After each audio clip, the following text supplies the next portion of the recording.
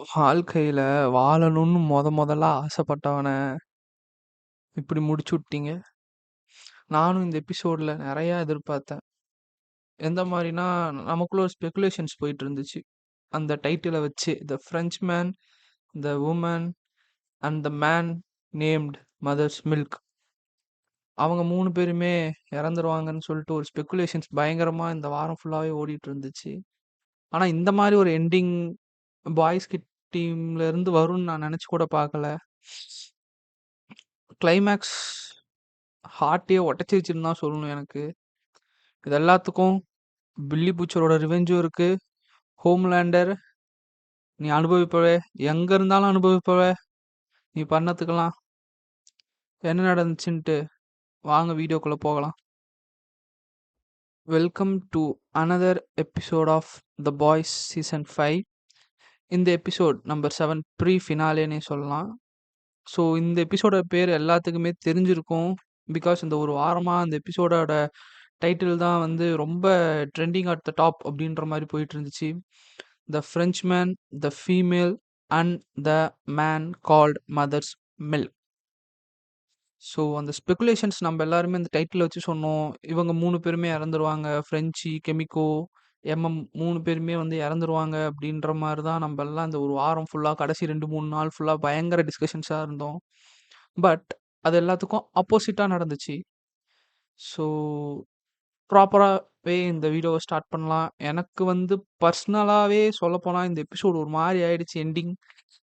So என்ன நடந்துச்சுன்னு விலாவரியா இந்த எபிசோடில் இந்த பர்டிகுலர் ரிவ்யூவில் பார்க்கலாம். ஸோ ஆரம்பிக்கலாமா? V1 எடுத்துக்கிட்டதுக்கு அப்புறமேட்டு நம்மளோட ஹோம்லேண்டர் நேராக நம்மளோட பிரசிடெண்ட்டோட ஒயிட் ஹவுஸில் போய் பிரசிடெண்ட் சீட்டில் உக்காந்துருக்கிறாரு. ஸோ அவரை பார்க்க வந்த பிரசிடெண்ட் ஆகட்டும், வைஸ் பிரசிடெண்ட் ஆகட்டும், 2 பேருமே அவர்கிட்ட சில பல டிஸ்கஷன்ஸ் பண்ணுறாங்க. ஸோ ஹோம்லேண்டரும் அவருக்கு சாதகமாக சில பல லாஸ் எல்லாம் மாற்ற சொல்கிறாரு. அமெரிக்கன் நேஷனல் காங்கிரஸ்ன்ற அந்த பார்ட்டியை கலைக்க சொல்கிறதாகட்டும், அவரு தான் இதுக்கு மேலே கடவுள்னு சொல்லிட்டு அஃபிஷியலாக நம்ம கண்ட்ரியோட கடவுள்னு சொல்லி அனௌன்ஸ் பண்ணுங்க அப்படி இப்படின்னு சொல்லிட்டு நிறையா ரெக்வஸ்ட்ஸ் வைக்கிறாங்க. அது எல்லாத்துக்குமே பிரசிடென்ட் ஓகே சொல்கிறாரு. பட் இது மட்டும் இல்லாமல் ஹோம்லேண்டர் ஒன்று சொல்கிறாரு. ஆஷ்லி கிட்ட பிரசிடெண்ட்டோட மனசுக்குள்ளே என்ன இருக்குன்னு சொல்லிட்டு ரீட் பண்ண சொல்கிறாங்க. ஸோ ஆஷ்லியும் அதை ரீட் பண்ணதுக்கு அப்புறமேட்டு பிரசிடெண்ட் உங்கள நம்பல அப்படின்ற ஒரு உண்மைய உடைக்கவும், ஹோம்லேண்டருக்கு கோவம் வந்துருச்சு. ஆஷ்லி கண்ணு முன்னாடியே பிரசிடெண்ட்டோட தலையவே ஒரு அழுத்த அழுத்தி உடைச்சிட்டாப்புல. அதுக்கப்புறமேட்டு ஆஷ்லிய அமெரிக்கனோட பிரசிடெண்ட்டாவே மாத்திட்டாங்க. ஸோ இது ஒரு பக்கம் போயிட்டுருக்கிற, இன்னொரு பக்கம் நம்மளோட எம்எம்மும், நம்மளோட ஆனி அதாவது ஸ்டார்லைட் இவங்க 2 பேரும் ஒரு இடத்துல நின்னு அழகா சிகரெட்ஸ் அடிச்சிட்டு இருக்காங்க. ஸோ அப்ப கார்ல ஒரு கேங் வந்து இறங்குது. அதாவது ஒரு 2 பேர் வந்து இறங்குறாங்க. நம்மள ஆவலுடன் எதிர்பார்த்து கொண்டிருந்த அந்த கிராஸ் ஓவர் இப்ப இங்க நடந்திருக்குது. அதாவது ஜென் வில லீடிங்கா இருக்கக்கூடிய ஜார்டன் லீ, அதுக்கப்புறமேட்டு மரி மொரோ இவங்க 2 பேருமே வந்து ஆனியும், எம்எம்மையும் பார்க்குறாங்க. பார்த்து அவங்க இத்தன வருஷமா அதாவது 1 வருஷமாவே வந்து அ அவங்க பார்த்துட்டு இருந்த ஸ்பை வேலையோட மொத்த ரிப்போர்ட்டுமே குடுக்குறாங்க. எம்மா அந்த குட்டியா மாறுற பொண்ணு ஜென்வி பார்த்த எல்லாத்துக்கும் தெரியும். ஸோ அவங்க வந்து எங்க இருக்காங்க, என்ன பண்ணிட்டு இருக்கிறாங்கன்னு சொல்லிட்டு அது ஒரு பக்கம் அந்த மொத்த ரிப்போர்ட்டையும் கலெக்ட் பண்ணி இவங்க கிட்ட குடுத்துட்டு இருக்கிறாங்க. மொத்த ரிப்போர்ட்ஸையும் வாங்குனதுக்கு அப்புறமேட்டு நம்மளோட ஸ்டார்லைட் அவங்க 2 பேத்துக்கிட்டும் இதுக்கு மேல நீங்க எங்கேயாச்சும் போய் ஒளிஞ்சுக்கங்க. நமக்கு எல்லா நேரமும் முடிஞ்சு போச்சு. இதோட ஓவர் அப்படின்னு சொல்லிட்டு முடிக்கிறா. உடனே மறுமுறை இருந்துகிட்டு, இங்க பாருங்க இதுக்கோசரமா நாங்க இத்தன நாளா கஷ்டப்பட்டோம். நீங்க எங்கள செலக்ட் பண்ணது இதுதானா?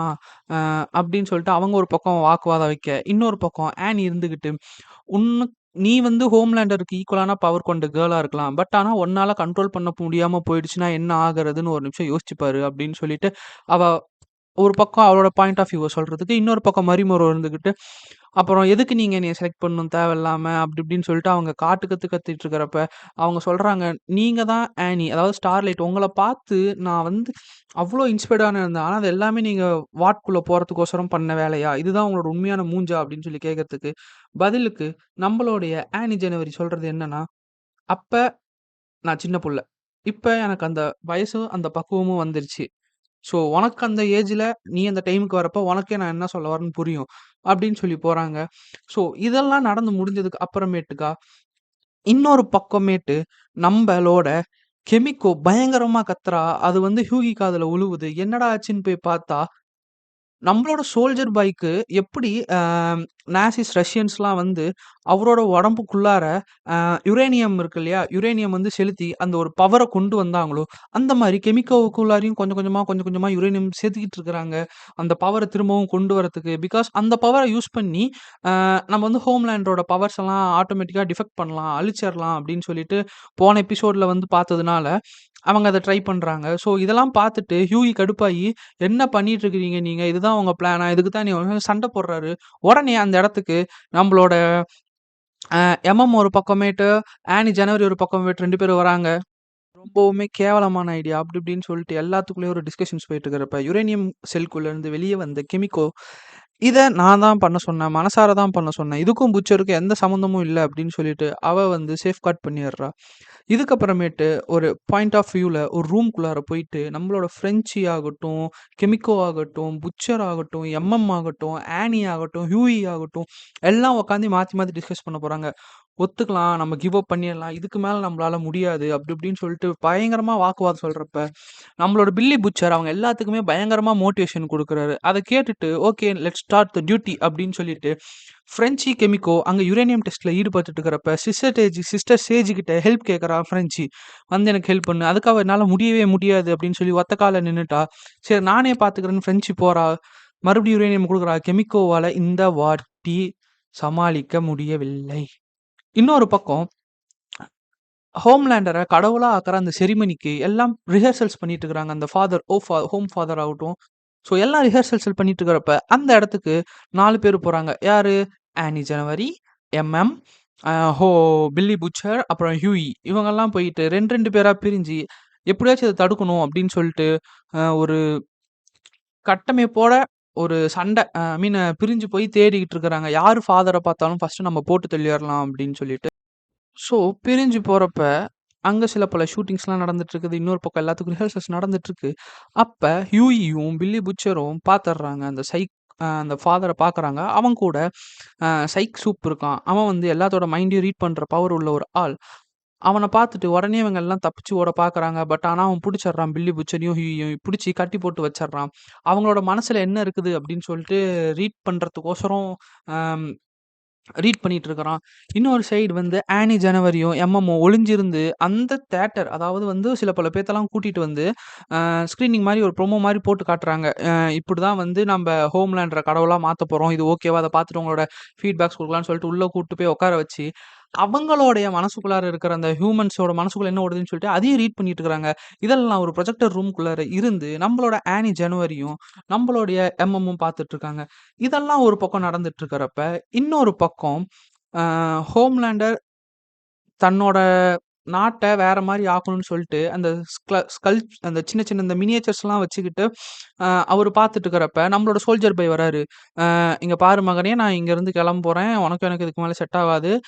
என் ஒய்ஃப் கேட்டுக்கிட்டா" அப்படின்ற அந்த ஒரே காரணத்துக்கு அவ இந்நேரத்துக்கு உயிரோட இருந்திருந்தா இப்படிதான் பண்ணியிருப்பான். அந்த ஒரு ரீசனுக்கோசரம் தான் நான் உனக்கு V1 குடுத்தேன். ஸோ தயவு செஞ்சு இதோட விட்டுறலாம் அப்படின்னு சொல்லும்போது, ஹோம்லேண்டர் முடியவே முடியாது. நீங்க இங்க தான் இருக்கணும். என் கூட தான் இருக்கணும்னு சொல்ட்டு அடம் பிடிக்கிறாரு.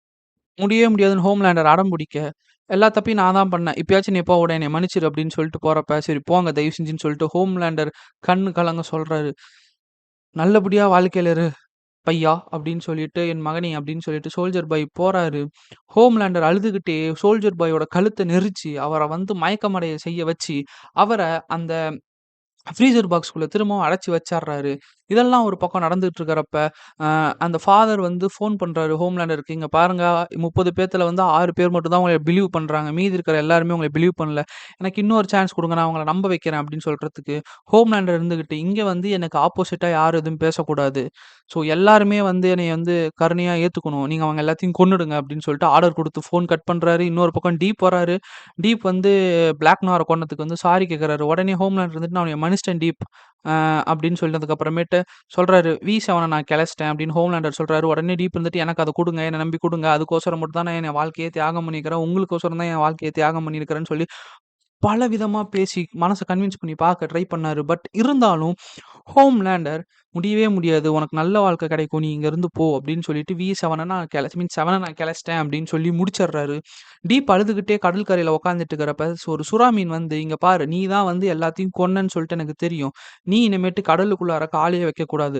அதையும் மீறி நீ இந்த உலகத்துல இருக்கிற எந்த கடல்ல எங்க போய் ஒரு சின்ன குட்டையில கால் வச்சா கூட, எல்லா மீன்களும் சேர்ந்து உன்னைய கடிச்சே கொன்றும்" அப்படின்னு சொல்லிட்டு மிரட்டி விட்டுட்டு போயிருக்காங்க. அந்த நேரம் பார்த்து அங்க ஒரு சாதாரண ஹியூமன் பீயிங் விழுந்து கடல்ல மாட்டிட்டு தவிச்சிட்டு இருக்காரு. எல்லாரும் டீப் இருக்காரு காப்பாத்துவாங்க அப்படின்னு சொல்லிட்டு கத்த, டீப் அங்கருந்து பயந்து ஓடி போயிட்டாரு. இதெல்லாம் நடந்துட்டு இருக்கிறப்ப, ஆஷ்லி பிரசிடென்ட்டா உட்காந்துட்டு இருக்கிறப்ப, அவ வந்து இத்தன நாள் நம்ம எந்த எலக்ஷன்ஸ்லயுமே ஜெயிச்சதில்ல அப்படி இப்படின்னு சொல்லிட்டு அவள ஃபீல் பண்ணிட்டு இருக்கிறப்ப, அவளோட பின்னாடி இருக்கிற பிரைன் அந்த கேன்சர் வந்து அவகிட்ட பேசுது. "இங்க பாரு, நீ வந்து மிகப்பெரிய தப்பு பண்ணிக்கிறதுக்கெல்லாம் நீ அனுபவிப்பேன்னு" சொல்லி அவங்க 2 பேத்துக்குள்ள வாக்குவாதம் போயிட்டு இருக்கிறப்ப, அப்ப ஹேஷ்லி கத்துறா, "இதுக்கு மேல நீ என் குரல் கேட்காத. தயவு செஞ்சு நீ இனிமேட்டு என்கிட்ட பேசாத. 1008 வாட்டி நான் உன்ட்ட சொல்லிட்டேன்னு சொல்லு. இதுக்கு மேல நான் உன்கிட்ட பேச மாட்டேன்" அப்படின்னு சொல்லிட்டு அது அப்படியே ஆஃப் ஆவுது. அதோட மயக்கம் போடுறா நம்மளோட ஆஷ்லி. இன்னொரு பக்கம் அந்த யுரேனியம் டெஸ்ட்டால பயங்கரமா அஃபெக்ட் ஆயிட்டா நம்மளோட அம் கெமிக்கோ. ஆ அப்ப நம்ம சிஸ்டர் சேஜ் கிட்ட போயி கண் கலங்க பேசுறான். நம்மளோட ஃப்ரெஞ்சி. நான் இந்த மாரி இவ்வளோ தான் அவள லவ் பண்றேன்னு சொல்லிட்டு, அந்த காதல வந்து வெளிப்படுத்தின விதம் சூப்பராவே இருந்துச்சு. எனக்கே ஒரு செகண்ட் கண்ணு கலங்கிடுச்சு. அதெல்லாம் கேட்டதுக்கு அப்புறமேட்டு சிஸ்டர் சேஜ் வந்து, "ஓகே நான் உனக்கு ஹெல்ப் பண்றேன்" அப்படின்னு சொல்லிட்டு போறா. இன்னொரு பக்கம் ஒளிஞ்சிருந்து பார்த்துட்டு இருக்கிறாங்க. அப்ப வந்து திருட்டுத்தனமா அ அந்த வாக்கி டாக்கிய கழட்டி அந்த சைக் சூப் வந்து பேசுறான். பில்லி புச்சர் மாதிரி. அப்ப ஆனி நாங்க இங்க தான் இருக்கிறோம்னு சொல்ட்டா.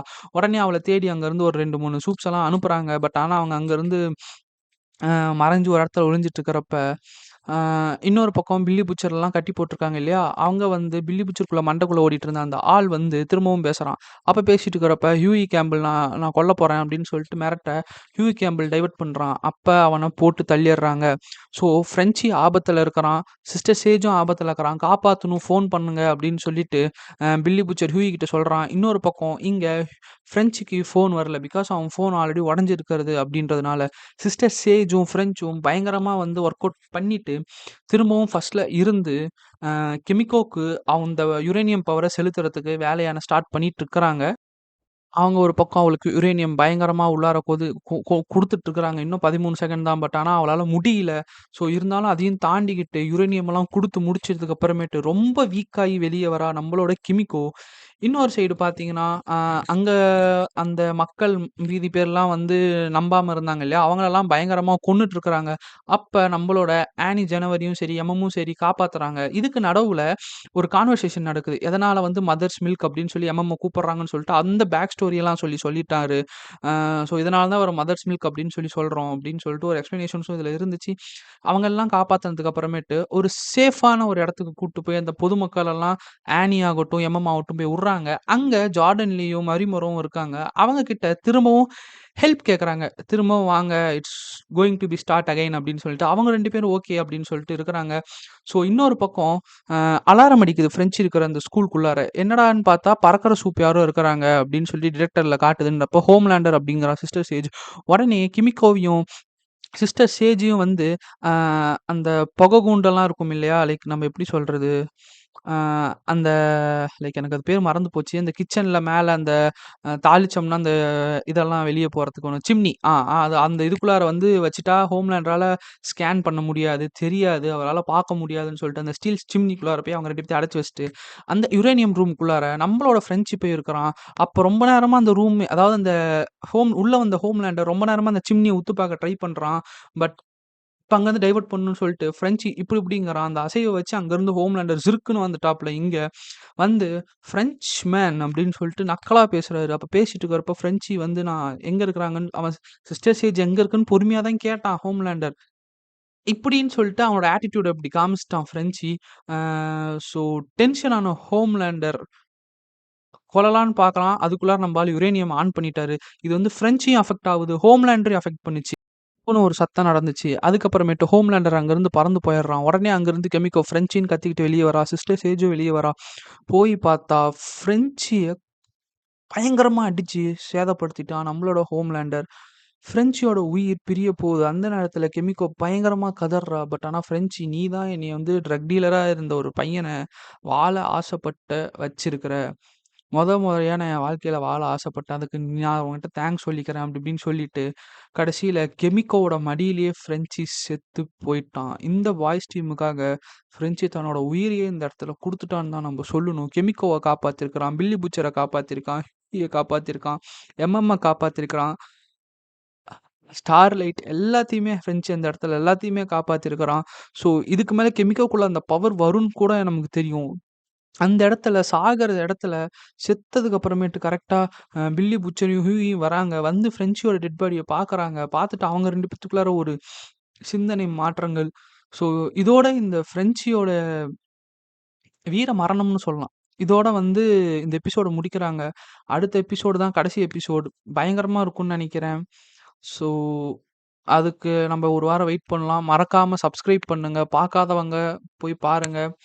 இந்த சீசன் 5 எல்லா எபிசோட்ஸ்க்கும் நம்ம ரிவ்யூ போட்டிருக்கோம். மறக்காம நம்ம சேனல ஸ்கிப் பண்ணாம இந்த வீடியோவ பாருங்க. சப்ஸ்கிரைப் பண்ணுங்க. ஸோ, அடுத்த எபிசோட்ல சந்திக்கலாம். இந்தியாவ தவிர மீதி எல்லா நாட்டிலயுமே ஃபைனல் எபிசோட் வந்து தியேட்டர் ரிலீஸ் பண்றாங்க. ஸோ, நமக்கு வேற ஆப்ஷன்ஸ் இல்ல. ஸோ, வெயிட் பண்ணி தான் பார்த்தாகணும். மறக்காம சப்ஸ்கிரைப் பண்ணுங்க. Thank you.